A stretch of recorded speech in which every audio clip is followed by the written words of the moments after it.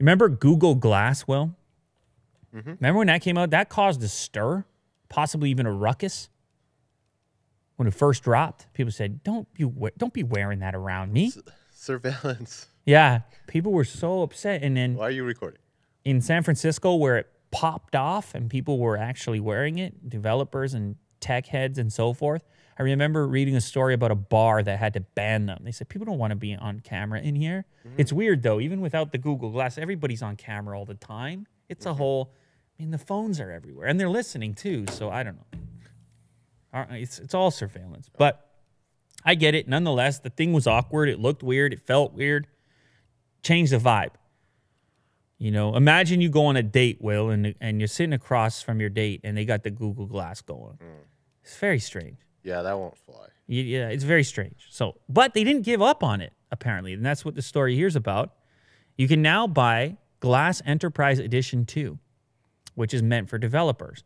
So they kind of they changed the pitch. Early on, there was Everyone can get it. It just felt like they were ready to approach the general public. Yes. Google Glass. It was expensive, so it was cost prohibitive for most people. You wouldn't buy it if you didn't think you had a use for it.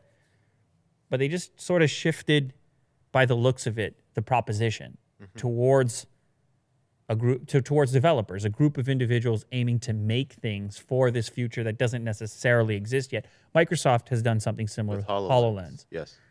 And this approach tends to yield less criticism because it almost admits that from a cultural perspective, that's where these devices belong at the moment. So that's kind of cool. And I'm glad they didn't give up on it because I had experience with the original version. It was cool. There was a cool factor to it. You had this prism in your eye, and it felt futuristic as bad as you looked from the outside. It had a cool aspect to it. And so they're continuing to develop it, and they're continuing to develop it for developers. You know what's a crazy thought here, Will? Is that original one came out at Google I/O 2013. And I remember seeing that I/O presentation and just, I gotta get that. Yeah. This is the future. It was so sci-fi and cool sounding. I'm holding a microphone back then. You know what? We should do that in the studio. I just forget about a lav mic that I'm clipping every 2 seconds. Yeah. I should just get a handheld and come around. That's not going to happen. It is fun to hold a microphone, though. Enterprise Edition 2 was initially available only through authorized solution partners that would work with a business to develop custom software for their needs. But now Google's dropping that restriction so the general public can purchase Enterprise Edition 2. It's just not targeted at the general public, and it's still expensive, obviously. Prices are currently hovering at or just below $11.99 before taxes. But you can pick it up at CDW, for example.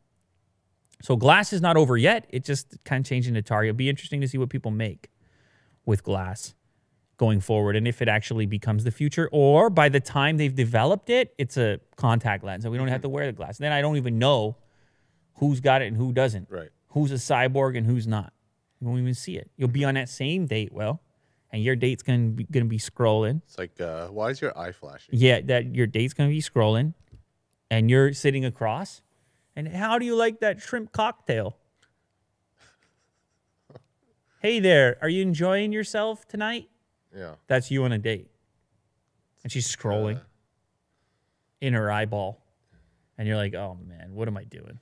Your eye's having a red dot and it's blinking. Yeah. You're like, oh, here? man, I don't belong here. Yeah. And then you go get an apple pie from McDonald's, which is hot.